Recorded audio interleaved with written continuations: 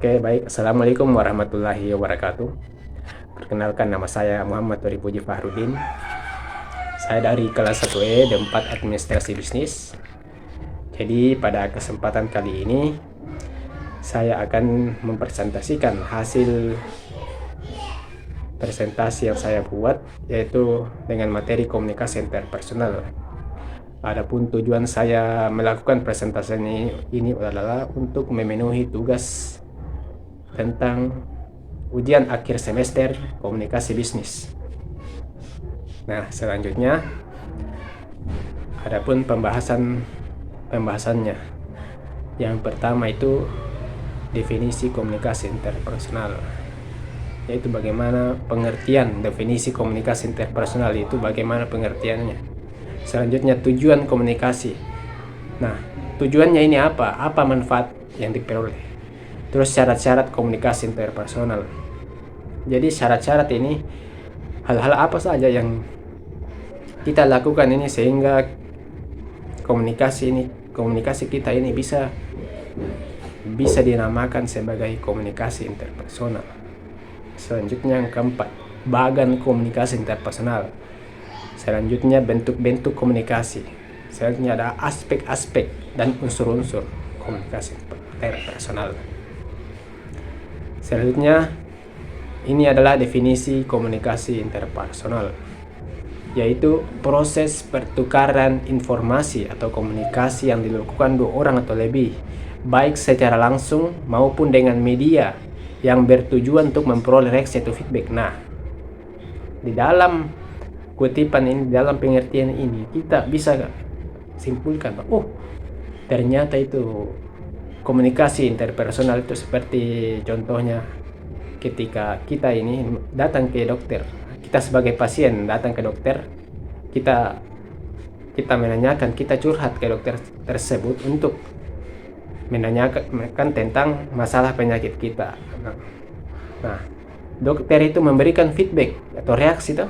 Dia memberikan solusi bagaimana seharusnya, hal-hal apa saja yang kita hindari sehingga kita tidak sakit. Nah, di sini itu termasuk proses komunikasi interpersonal. Inilah contoh definisi komunikasi interpersonal.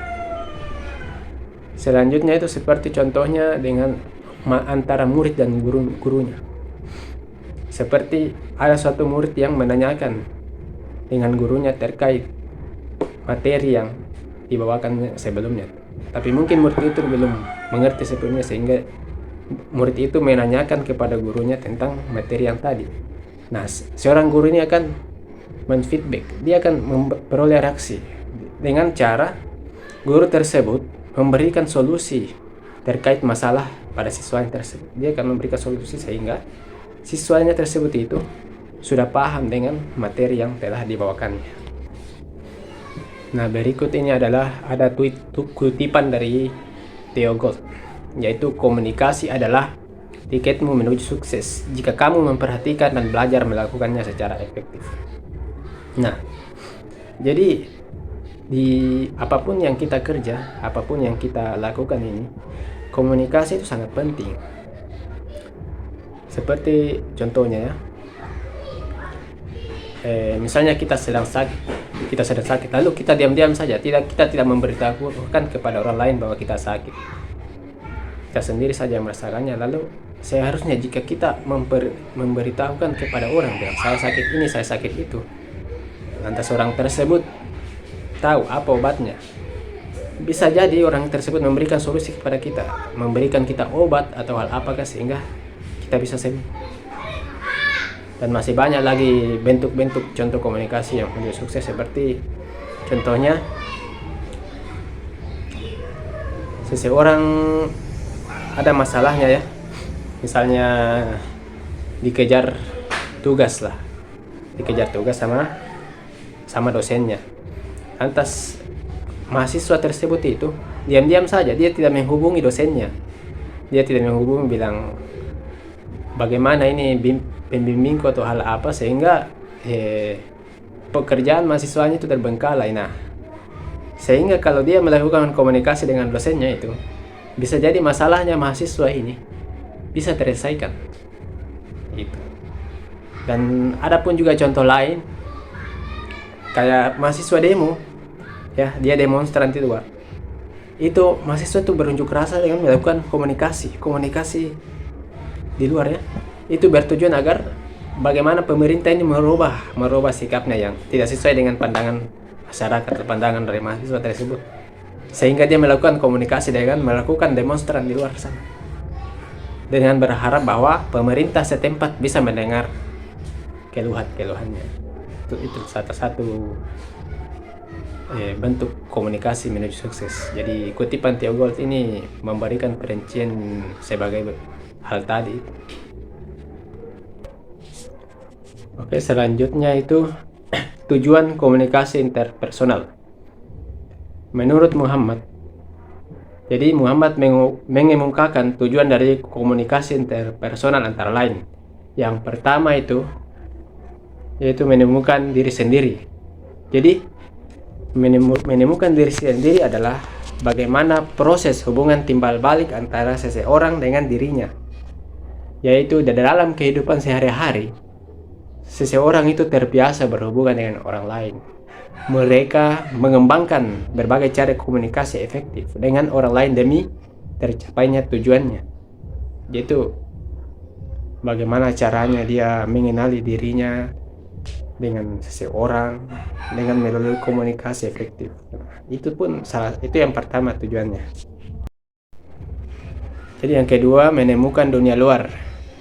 Jadi hanya dengan komunikasi interpersonal bukan hanya tentang diri sendiri yang kita pahami, tapi lebih banyak tentang diri kita dan juga orang lain.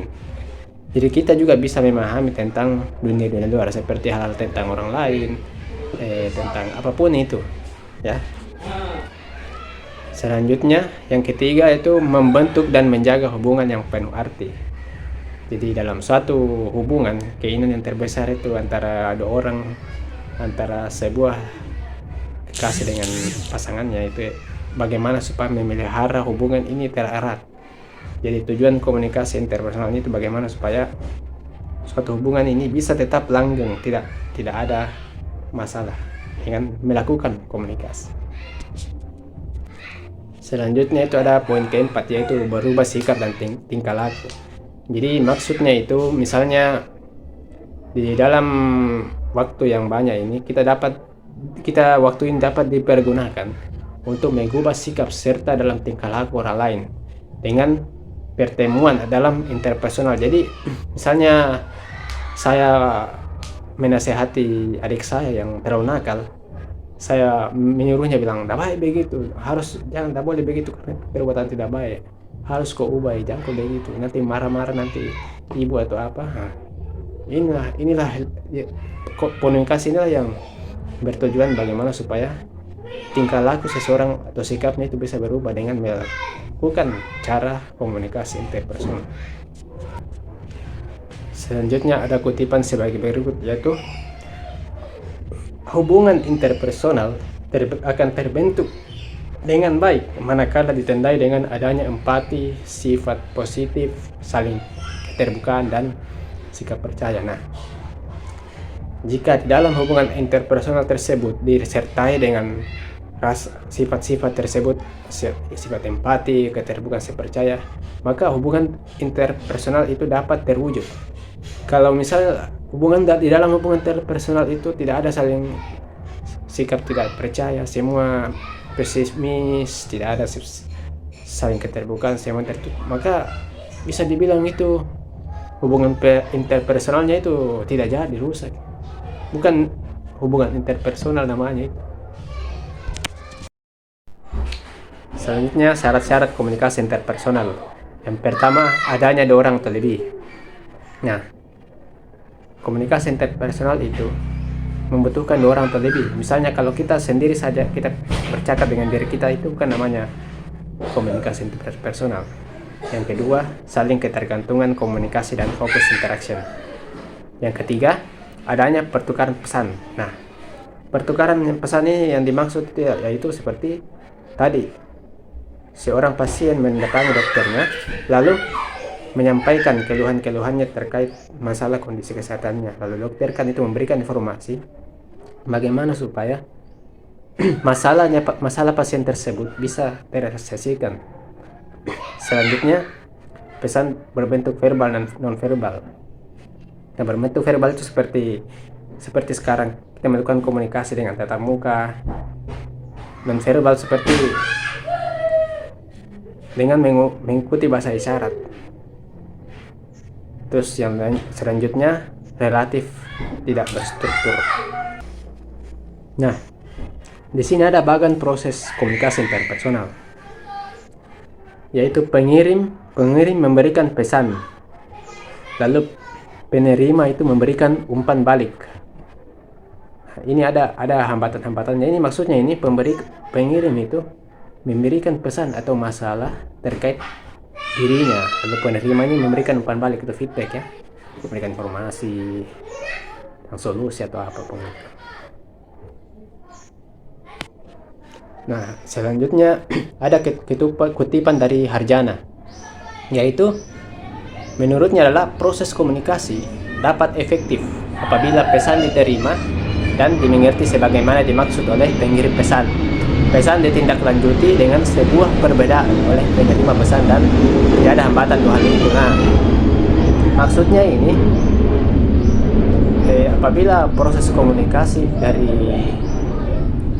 dimengerti oleh pengirim pesan, seperti keluhan pasiennya dimengerti oleh dokternya, kalau dokternya menindaklanjuti dengan sebuah perbuatan dan penerima pesan itu menerimanya dan tidak ada hambatan hal itu, jadi itu tujuannya komunikasi interpersonal itu berhasil, sehingga pasien itu bisa sembuh berkat dokternya tersebut. Selanjutnya ada komunikasi verbal, contoh-contoh. Nah, di dalam PPT kali ini kita lihat di situ komunikasi verbal itu seperti seorang murid dan gurunya. Seorang murid di situ yang menanyakan bagaimana pemahaman ini bisa dimengerti ya. Seperti ada masalah yang ditanyakan oleh murid tersebut terhadap gurunya, lalu gurunya menjelaskan dengan melakukan komunikasi secara langsung ya, melalui mulut kepada muridnya. Selanjutnya itu komunikasi non verbal. Nah, di situ kita contohnya mungkin komunikasi non verbal ini orang yang di situ tuh tidak bisa bicara atau bagaimana, sehingga diberikanlah bahasa isyarat seperti begini atau apapun itu, sehingga bagaimana supaya penerima pesan ini bisa dimengerti. Nah, di sini ada bentuk-bentuk komunikasi interpersonal. Yang pertama itu dengan wawancara. Bagaimana diwawancara untuk diwawancarai, terus dengan rapat, diskusi, belajar kelompok, kegiatan jual beli, panggilan telepon. Nah, inilah 6 hal ini sudah termasuk dalam bagian proses komunikasi interpersonal. Selanjutnya itu aspek-aspek komunikasi interpersonal. Yang pertama itu keterbukaan. Jadi harus ada rasa terbuka untuk komunikasi personal tersebut. Terus empati, bagaimana kita peduli dengan orang-orang, dukungan, memberikan support, sikap positif, harus kita bersikap positif, dan kesetaraan. Jadi 5 aspek ini harus didukung oleh semua poin-poin di atas, sehingga muncullah tujuan komunikasi interpersonal tersebut atau pengertiannya. Selanjutnya ada beberapa indikator komunikasi yang efektif ditandai dengan hubungan interpersonal yang baik menurut Suranto, antara lain yang pertama pemahaman, yang kedua kesenangan, ketiga pengaruh pada sikap, hubungan yang makin baik, dan tindakan. Selanjutnya ada 4 unsur-unsur. Yang pertama senasi, kedua persepsi, ketiga memori dan berpikir. Nah, keempat inilah termasuk unsur-unsur komunikasi interpersonal. Baik, oke, dari sekian dari presentasi saya. Apabila ada salah kata yang saya sampaikan atau kekurangannya itu mohon dimaklumi. Adapun kebenarannya itu datang dari Allah. Wabillahi taufiq wal hidayah. Assalamualaikum warahmatullahi wabarakatuh.